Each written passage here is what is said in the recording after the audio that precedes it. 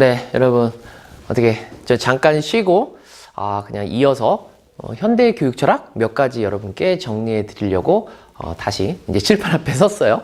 여러분 처음에 말씀드리고 싶은 부분이 이제 분석 철학에 대해서 이제 말씀을 드리려고 해요. 이 파트가 제가 방금 전에 말씀드린 그 교육 철학 중에서 현대 교육 철학 파트 2 부분이에요. 파트 1은 미국을 중심으로 이루어졌던 4대 교육사죠. 진보, 본질, 항존, 재건에 관한 그런 내용이고요. 그 부분도 아마 신박하게 정리를 해드리도록 제가 하겠습니다. 먼저 이 분석 철학과 관련된 내용은 이게 교육사에 미친 영향이 작지 않아요. 되게 많은 부분이 이제 이 분석 철학에 의해서 많은 패러다임이 바뀌어 갔단 말이에요. 분석 철학이 문제시 삼았었던 것은 기존의 사변 철학이었어요. 기존의 사변 철학은 대체적으로 관념에 의해서 어떠한 철학적 형이상학적인 개념들을 많이 다루고 있죠. 그러니까 철학이 점차적으로 어때요? 불분명해지고 점차 어려워지고 우리들의 그 일상적인 생활에서부터 이제 멀어져 간다라고 분석 철학자들은 본 거죠. 그래서 분석 철학자들이 관심을 가졌던 부분은 크게 세 가지라고 이제 볼 수 있어요. 첫 번째는 논리 실증주의적 입장이에요. 논리 실증주의적 입장에서 봤을 때 우리가 어떠한 지식이라고 할 수 있는 것은 두 가지를 가지고 있어야 된다고 봐요. 하나가 논리성을 가진 그런 명제이고요. 하나가 사실성에 터한 명제인 거예요. 이 두 가지가 아니야. 근데 있는지도 없는지도 몰라. 논리적으로도 대표적으로 뭐 3단 논법이라든가 이런 것에 맞지 않아. 그런 것은 뭐예요? 철학에서 다룰 필요가 있다 없다? 없다라고 본 하나의 흐름이 논리 실증주의라고 볼 수 있고요. 또 하나는 논리 원자주의라고 볼 수 있어요. 어떤 의미를 명료하기 위해서는 다 쪼개는 거예요. 그래서 어떤 나무야. 그러면은 우리가 시대를 우리가 격하거나 아니면은 어떤 지역을 격해서 나무는 나무고 그 개는 개야. 그러면은 이걸 다 쪼갭니다. 나, 무, 니은, 아, 미음, 무. 더 이상 쪼개지지 않을 그 원자주의를 해체하게 되면은 개념의 혼동성이 있어 없어? 없다라고 보는 거죠. 그리고 세 번째는 일상 언어를 명료화하는 흐름으로 갑니다. 그러면 일상 언어에 무엇을 명료화해? 여기서는 핵심적인 게 의미의 명료화를 이제 생각하게 됩니다. 그래서 사변 철학에 대한 비판으로 등장을 해서 논리 실증주의적인 입장, 논리 원자주의적인 입장, 일상 언어를 명료화해. 사실 논리 실증주의적 입장은 슐리크라는 학자를 기점으로 해서 주로 이제 등장을 하고요. 그리고 논리 원자주의는 러셀, 그리고 일상 언어를 명료화하는 이런 흐름들 같은 경우는 어떤 비트겐슈타인을 기점으로 해서 이제 등장하게 되죠. 그런데 이러한 흐름이 교육학적으로 봤을 때는 어떠한 우리의 영향을 주냐면 이 부분 상당히 중요한데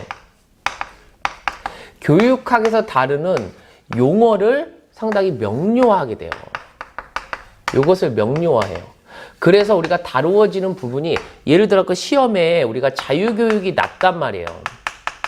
자유교육에 대해서 사람들마다 갖고 있는 생각이 다 다르다면 이것이 이제 시험 문제 씬에서 다루어질 수 없잖아요. 그리고 그게 피터스가 얘기하는 세 가지의 엄격한 증거에 가장 합치되는 교육이 자유교육이에요. 그래서 자유교육론을 논한 사람도 피터스인데 그 피터스 대표적인 뭐예요? 이 분석 철학자입니다. 제가 말씀드린 어떤 슐리크, 러셀, 비트겐슈타인도 있지만 이 우리가 교육학 씬에서 보면 피터스는 교육인 것과 교육이 아닌 것을 명료하게 구분하려고 합니다. 또한 우리가 시험 문제에 난다라고 얘기하면 교육과 유사한 개념이 있어요. 어떤 개념이 있죠? 여러분 보면 이 훈련, 그리고 교화, 그리고 교도, 이 여러 가지가 있어. 그럼 이것을 교육과 어떻게 구분을 할 수 있어? 분석 철학적 입장에서 보면 여러 가지 증거들이 나올 거 아니에요. 예를 들어 갖고 우리가 무슨 의도성이 있을 수도 있고 이게 전인성을 가지고 있느냐? 또는 가치를 지향하고 있느냐? 또는 이게 계획적인 활동이냐? 왜냐? 분석 철학자들이 얘기하는 교육이라고 얘기하는 건 이러한 준거들을 합치시켰을 때 교육이라고 볼 수 있다라는 거죠. 그래서 이 교육학 용어를 분명히 했어요. 그래서 우리가 이 교육학을 과학화시키고요. 그리고 기존의 사변 철학에서 벗어나서 새로운 방법론을 제시했어. 이런 측면에서 분석 철학은 기여한 바가 없지는 않죠. 근데 문제점은 뭐냐면요. 이 교육이라고 하는 이 자체가 어때요? 여러분 보면. 이건 가치 중립적일 수는 없어요. 교육학이란 자체는 가치를 지향하는 규범적인 학문이기 때문에 교육학이 독자적인 영역을 갖고 있거든요. 따라서 이 교육의 문제를 가치 중립적으로 바라봤다라는 측면, 그게 좀 하나의 한계라고 우리가 볼 수 있고요. 그리고 여기서 보면 언어를 명료화한다라고 얘기하는데 이 언어라고 이야기하는 것은 어때요? 말 그대로 언어는 역사성을 가질 수밖에 없어요. 어떠한 개념 자체도 시대, 이게 나중에 보면 여러분 뭐 해석학에서 이야기하는 부분인데 거기서 이해가 우리가 순환적으로 이해한다고 하지만 상대론적으로 언어를 이해할 수밖에 없거든요. 똑같은 현상을 과거에는 상당히 뭐 긍정적으로 봤지만 상당히 스파르타의 교육도 스파르타 당시 그 시대에는 그게 가장 바람직한 교육이었을 거 아니에요. 전사를 양성하는. 근데 오늘날에 봤을 때 그건 비인간화되고 어떤 훈련에 가깝지 교육이라고 보기는 힘들다라고 우리가 판단을 하는 그런 부분이 있잖아요. 따라서 언어의 역사성을 좀 등한시했다? 좀 이렇게 너무 소홀하게 생각했다? 뭐 그런 측면. 그리고 이제 교육이라는 거 자체는 가치 지향적인데 너무 가치 중립적으로만 바라봤다 하는 이러한 측면은 비판이자 한계로 남게 되겠습니다. 이 정도까지만 이해하시면 여러분 분석 철학은 교육학 논술에서 충분히 다 공략하실 수 있습니다. 근데 여러분 분석 철학에 이어서 이제 현상학에 대해서 제가 간략하게 말씀을 드리도록 하겠습니다. 여러분 현상학이라고 하면 우리가 일반적으로 두 학자에 집중을 합니다. 하나가 현상학, 현대적 의미의 현상학의 창시자라고 얘기하는 후설, 그리고 메를로 퐁티.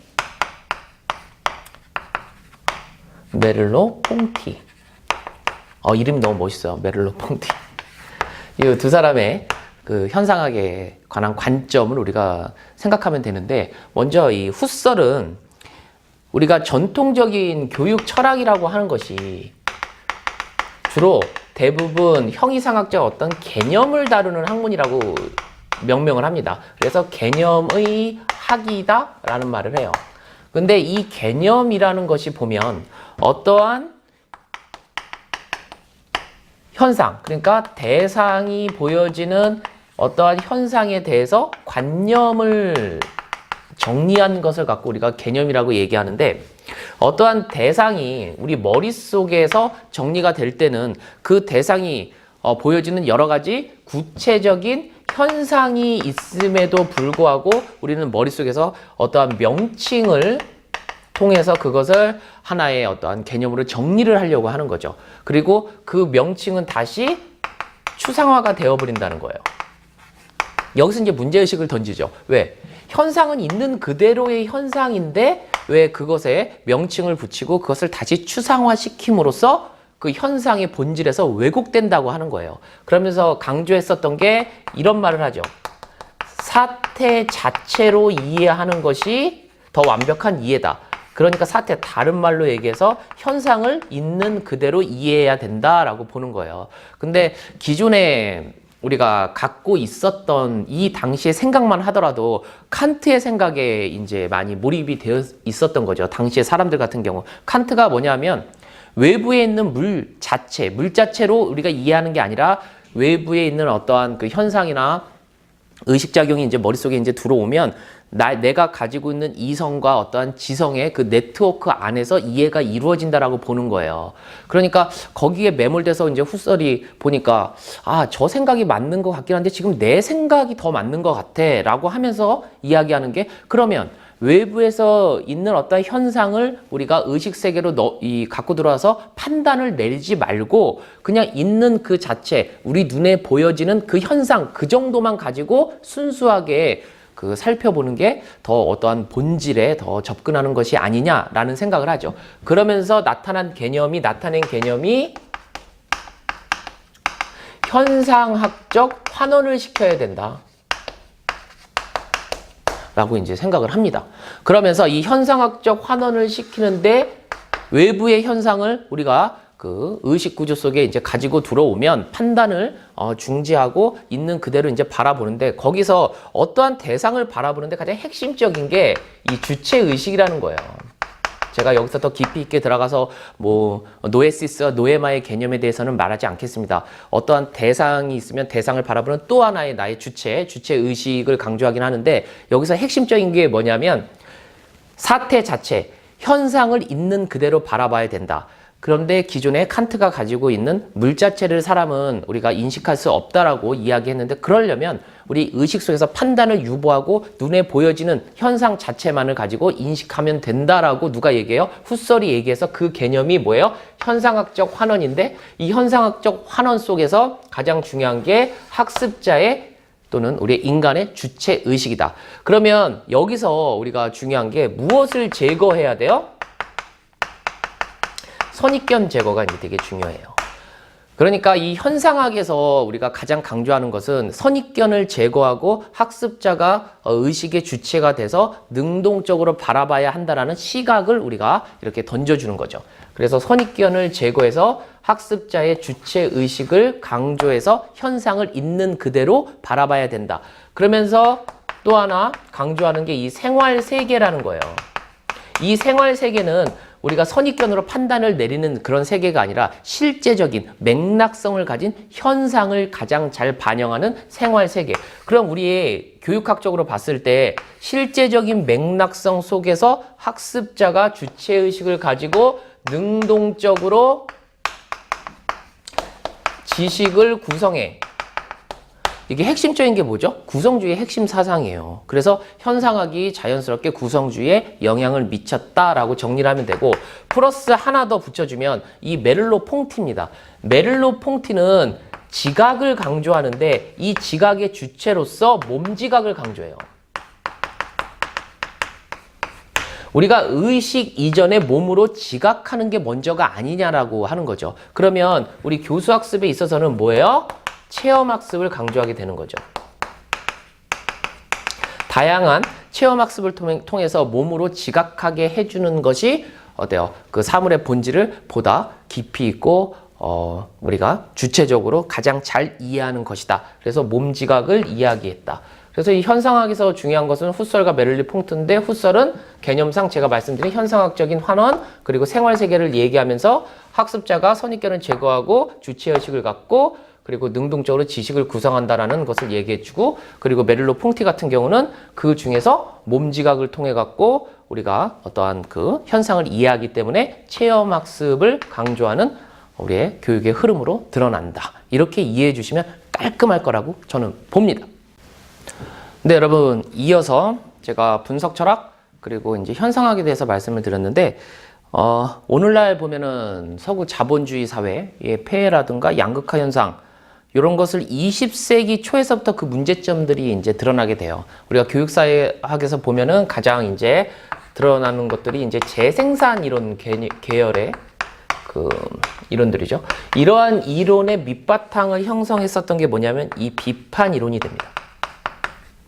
그래서 제가 이 비판 이론에 대해서 생각을 해보면, 원래 이 비판 이론 자체를 갖고 명명된 이름이 네오막시즘이라고 이야기를 해요. 우리가 그 마르크스가 얘기해 생산 요소를 가진 자와 갖지 못한 자에 대한 어떤 투쟁 그리고 갈등을 갖고 이야기하잖아요. 여기에서도 보면 사회적인 구조 그리고 체제의 문제로 이제 여러 가지 문제점들, 갈등들이 이제 일어난다고 우리가 보는 그런 개념이 되겠죠. 그래서 이 비판 이론이 재생산 이론에 이제 강력한 영향을 주게 되는데, 사실 보면 이 비판 이론을 우리가 그 성립시킨 학자들이 우리가 우리가 아도르노도 있고 그 호르카이머, 아도르노, 마르쿠제, 그리고 위르겐, 하버마스가 이제 등장을 하게 되는데, 하버마스 같은 경우는 이렇게 사회 구조적인 문제점들이 있는데 이것을 갖고 이제 해결해야 되는 것이, 원래 대부분의 비판 이론가들을 보면은 평등 사상을 가지고 사회를 개혁해야 된다라고 목소리를 높여서 이야기를 하게 되는 것이죠. 그래서 이 하버마스 같은 경우는 특히 이 중에서 강조하는 게 우리 시험에서 다룰 수 있는 부분은 이상적 담화 상황이라고 얘기를 해요. 이상적 담화 상황. 평등한 관계에서 이루어지는 이상적인 대화, 평등한 대화를 통해 수평적 대화를 통해서 여기서 얘기하는 사회 개혁이 이루어져야 한다라고 이제 보는 거죠. 그래서 우리 교육사적으로 갖고 들어오면 대체적으로 이 교육 내용과 다시 말해서 교육 과정에서의 무엇에 관심을 갖냐면 이데올로기 문제에 관심을 가져요. 근데 이제 또 문제점이 뭐냐면 교육 내용의 이데올로기의 문제를 갖고 사회 구조적인 잘못이 있으니 평등 사상을 통해서 사회를 개혁해야 된다라는 이 자체가 하나의 뭐가 돼요? 또 이데올로기가 되는 어떤 아이러니한 그런 이제 문제점들에 이제 빠지게 되는 것이죠. 근데 어쨌든 간에 이 이후에 이 재생산 이론 계열에 강력한 영향을 미치고 이것이 어떠한 애플이라든가 이런 사람들이 어떤 우리 교육 과정 내에서 여러 가지 이제 문제점을 지적하고 뿐만 아니라 대안교육을 추구하는 여러 학자들이 주로 관심을 갖게 되는 게 이 부분이죠. 그래서 자연스럽게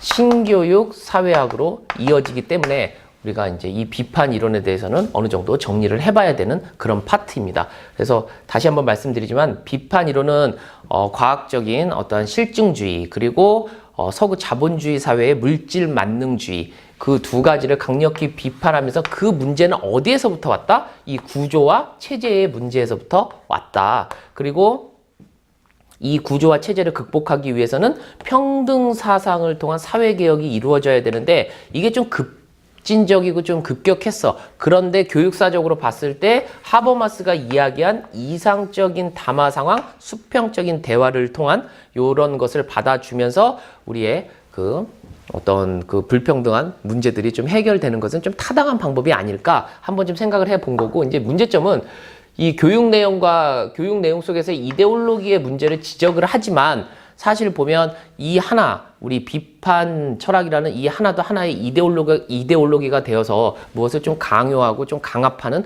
그런 역할을 좀 나타낸다라고 우리가 살펴볼 수 있는 그런 부분이 됩니다. 이 자체는 사실 갈등론의 재생산 이론이지만 자연스럽게 이루어져서 신교육 사회학의 흐름으로까지 아직까지 계속 등장을 하고 있기 때문에 우리가 주로 살펴보는 그런 부분이 되겠습니다.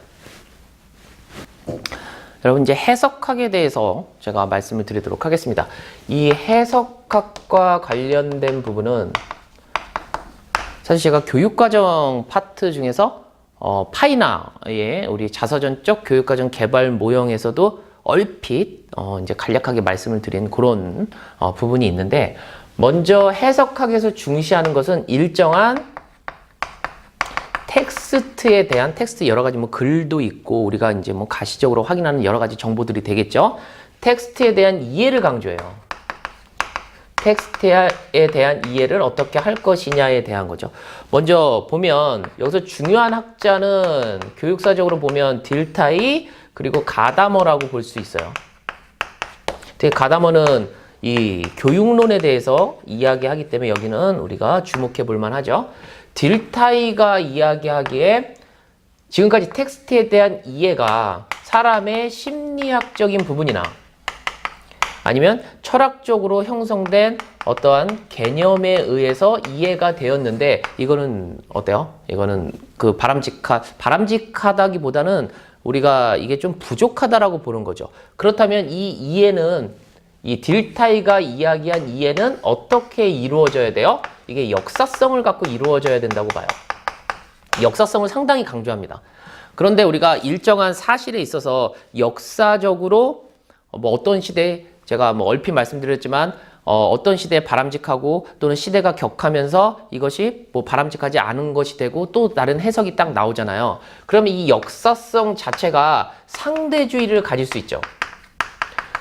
근데 해석학 자체가 이 상대주의를 수용해서 가요. 근데 이 딜타이가 이야기한 역사성은 이게 순환된다고 봐요. 이것이 순환된다.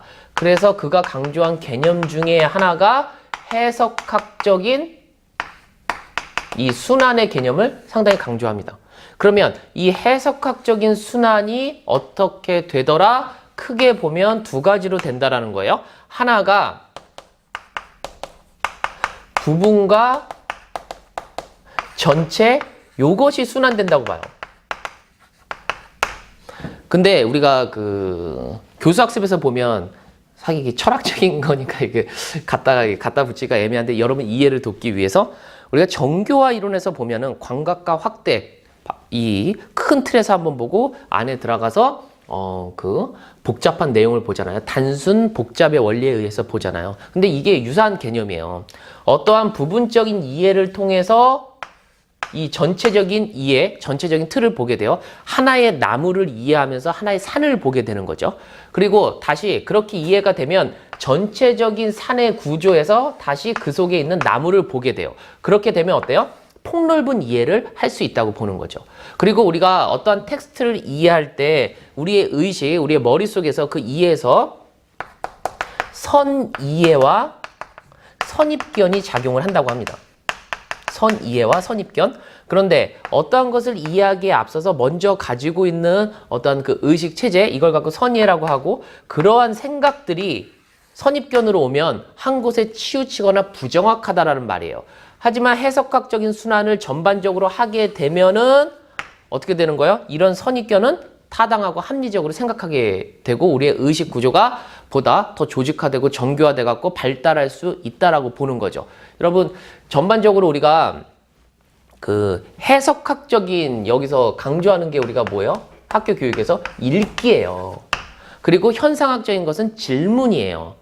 그죠? 그래서 제가 학습 공동체 활동에서 보면 현상학적인 질문, 그리고 해석학적인 읽기, 그것이 이제 우리가 회전 분종에서 분석의 단계에서 중요하다라고 말씀을 드렸죠. 이제 다시 거기까지 이제 우리가 그 퓨전해 갖고 콜라보 시키지는 않고 딜타이가 이야기했는데 이 텍스트에 대한 이해에 의해서 기존에는 심리학적이거나 철학적 개념의 터에서 이해를 했지만 그럴 게 아니라 우리는 역사성에 기대야 된다. 근데 역사적인 것은 상대주의를 갖지만 이 상대주의를 극복하기 위해서 그가 강조했었던 것은 해석학적인 순환을 강조합니다. 그리고 해석학적인 순환의 방법으로서 부분과 전체적인 순환의 방법, 그리고 선이해와 선입견에 의해서 실마리를 잡지만 전체적인 틀을 이해하게 되면은 이 선입견은 자연스럽게 없어지고 그리고 합리적인 생각과 의식 구조가 발달하게 된다라고 보는 거죠. 요걸 갖고 이제 가다머가 교육론과 이제 합치돼서 이야기를 하면 어떤 방식으로 이야기하냐면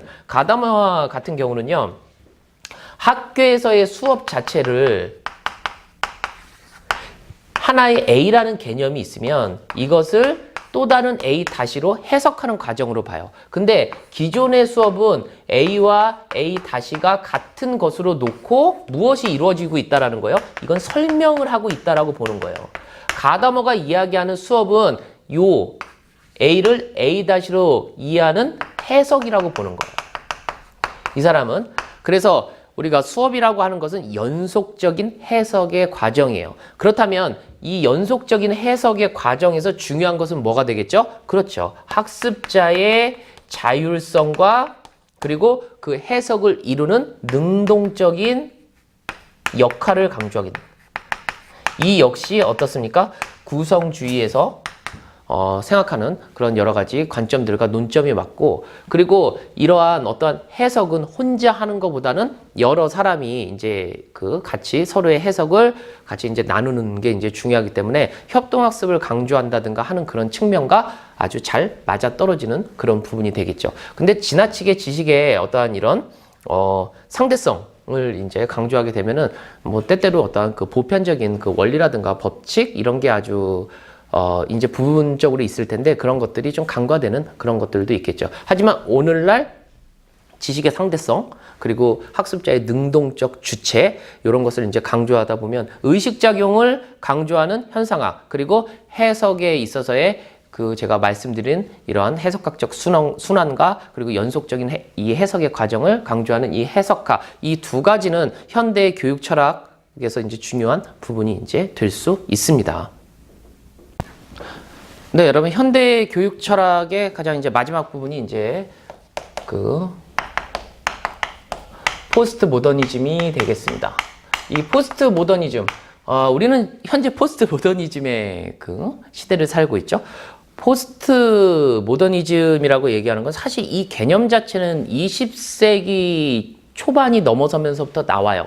왜냐하면 정치적인 그런 거라든가 아니면 문화적인 부분, 경제적인 부분에 있어서 어떠한 그 다양성들이 아주 표출이 되고 있거든요. 그래서 기존에 갖고 있었던 우리가 이 계몽주의의 사고의 틀로는 이 계몽주의 사고의 틀이 뭐죠? 그 모더니즘적인 사고의 틀로는 우리가 이해할 수 없는 여러 가지 다양한 흐름들이 나옵니다. 따라서 포스트 모더니즘이라고 하면 한마디로 어떤 그 시대적인 어떤 다양성을 수용하는 하나의 담론이라고 볼 수 있는 거죠. 그러면 우리가 계몽주의를 바탕으로 하는 이 모더니즘 같은 경우는 대체적으로 이 대서사라고 얘기하는 것을 지향을 합니다.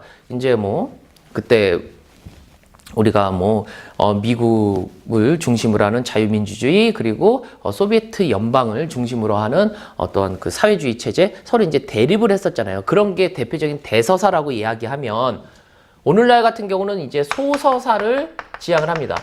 사실 지금 보면 중요하죠. 인종 문제도 상당히 중요하고 여성 문제, 뭐 어떤 성별의 그 문제라든가 뭐 이런 문제들 다 중요한데 당시에 그 대서사에 비해서 이게 묻혀 있었던 이러한 것들이 되죠.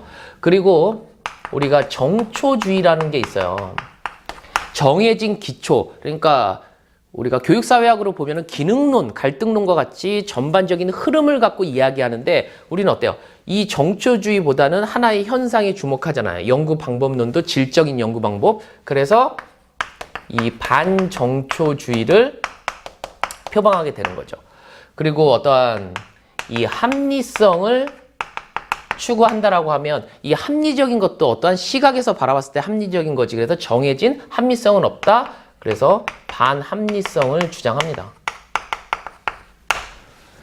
뭐 기타 등등 여러 가지가 있는데 뭐 여기에서 뭐 대표적으로 료타르라든가 뭐 데리다, 락강 이런 학자들이 그리고 뭐 뉴사이언스 계열에서는 토마스 쿤이라든가 이런 학자들이 포스트 모더니즘을 이렇게 쭉 이끌어 가는데 자기가 맡은 어떠한데 자기가 이제 그 연구하고 있는 분야에서 기존의 어떠한 생각들로는 이게 이야기할 수 없는 새로운 논점들을 가지고 이제 등장을 하게 됩니다. 그래서 전반적으로 보면은 기존의 모더니즘에서 벗어나고자 하는 문화적인 다양성인데 이게 이제 교육에 들어가서 어떠한 형태로 이제 나타나냐 하면은 뭐 지식의 상대성, 말 그대로 학습자의 능동성 뭐 이런 것을 이제 다 강조하게 되는 것이죠. 그런데 어떻게 보면은 이런 측면을 생각을 해봐야 돼요. 기존의 대서사가 소서사로 대체가 됩니다.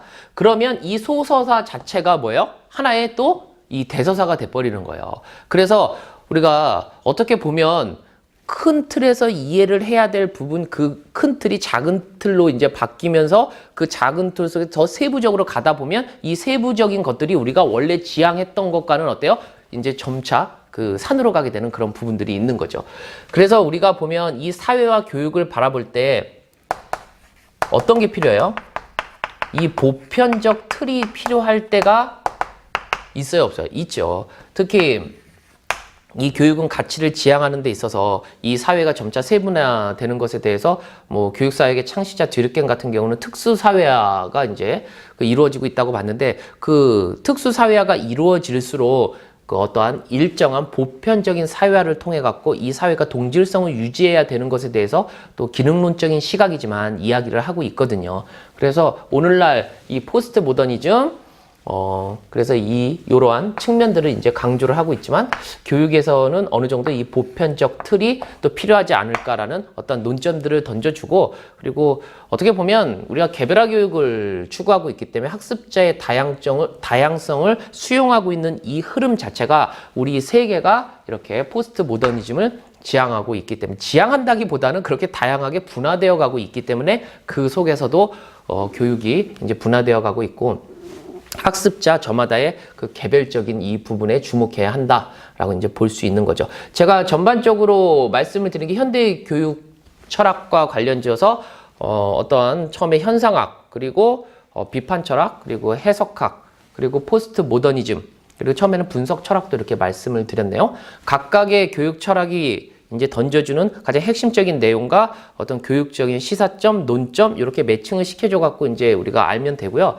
사실 해석학과 현상학이라고 하는 것은 우리의 교육과정이라든가 아니면 교육 사회학적인 측면이라든가 미시적 교육학이라든가 이런 부분에 많은 영향을 끼친 것이고, 그리고 분석 철학이라고 이야기하는 것은 교육의 개념적인 의미를 명료화시켜 주기 때문에 우리 어떤 교육의 그 새로운 연구 방법의 패러다임을 또 이제 전해주게 되었다. 그리고 이 포스트 모더니즘이라고 하는 것은 전반적인 교육의 어떤 다양성을 추구하는 흐름이고, 그 속에서 우리의 교육도 학습자 개개인에 주목하고 있다. 이런 식으로 정리를 해 주시면 현대의 교육 철학은 이제 아주 깔끔할 것이고요. 문제 출제되면 어떠한 내용이 나오고 이게 무슨 철학과 관련된 내용, 그리고 거기에서 핵심 개념이 한두 개 정도 등장하면서 그것을 좀 푸는 정도, 어렵게 난다면 그 정도인데, 뭐 제가 말씀드린 여러 가지 개념들 속에서 충분히 소화가 되지 않을까 생각을 해봅니다. 여러분에게 이 교육 철학 파트가 좀 난해하긴 한데 우리가 뜬구름 잡는 이야기가 아닌 여러분께 도움이 되는 시간이었기를 바라봅니다.